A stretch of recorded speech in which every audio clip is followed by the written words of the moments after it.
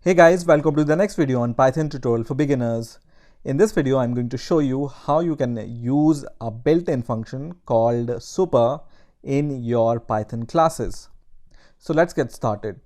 So to start with, I have two classes here. One is the parent class and other is the child class. And here, parent class acts like a super class and the child class acts like a subclass which is inheriting from the parent class. Now both these classes have this init function and you already know what does this init function do. It is the first function which is called when an instance of a class is created. And here I'm just creating the object from the child class. Now what do you think will happen? Will this constructor will be called or this constructor will be called because we are inheriting from the parent class into the child class? So let's find out. So I'm going to run this code and it prints child init. That means this statement under the child class init method is executed and this method is not executed. Now in some cases you might want to pass some parameters also into your super class. For example, I'm just going to give this example. Let's say I want to pass an argument called name here. And then I will just print the value of name. How can I call this init function using this child class instance? So it turns out that there is a function called super in Python that allows us to refer to the super class implicitly.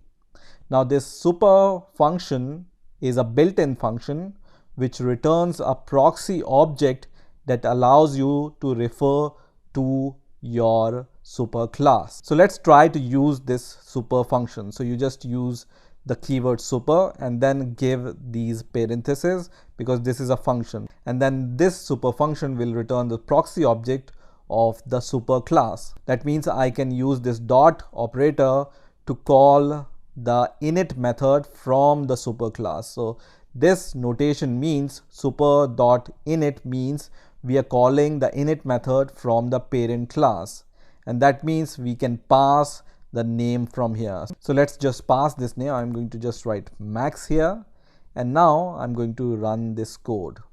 And now you will see that child init is printed using this statement first of all, and then using the super function, the init method of the parent class is called, and then this name is passed here and it prints parent init and the name, whatever name we have provided here.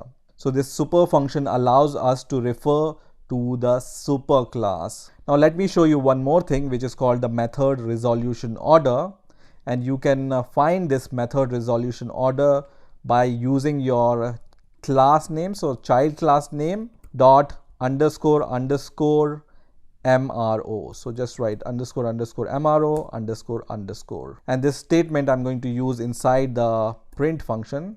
So we can see the result, what it returns. So I'm going to run the code now. And you can see it returns this kind of order. So as the name suggests, MRO stands for method resolution order. And this is the order in which the methods are called inside your child class or the parent class. And this order means that all the method in the child class will be executed first, and then all the method in the parent class will be executed. Now there are some rules based upon which this order is calculated, and these rules are, the first rule is the method inside your subclass are always called first, and then whatever the method inside the base class, they will be called. And the second rule is related to multiple inheritance. So let me just create the second parent class and I'm going to name it as parent2, and here also I'm going to just write parent2 here, and let me inherit from the parent2 also in the child class, right? And let's run the code once again, and now you will see this order. So once again, child is printed and then the parent and then parent2 and then the object. So the second thing on which the MRO depends upon is the order in which you inherit from the parent class or the superclass. So in our example, we were inheriting from the parent class first of all, and then parent2.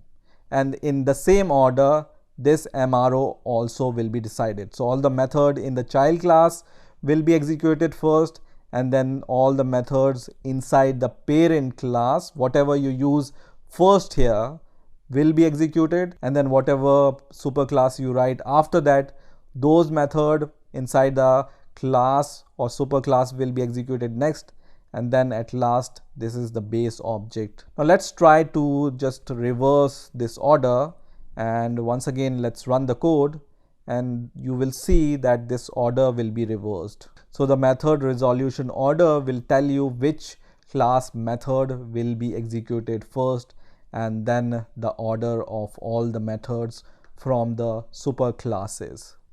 Now one more interesting thing which you will observe here is this output. So I said that this super function is used to refer to the superclass, and now we have two superclasses, that means multiple inheritance, and you will see here that only one output is printed, which is from the init method inside the parent2, and this statement is not printed, which is inside the init method inside the parent class. So how to solve this problem? So if you have multiple inheritance, then you need to manually call these init function using the class name. So let's say I want to call the init function first of all from the parent2 class.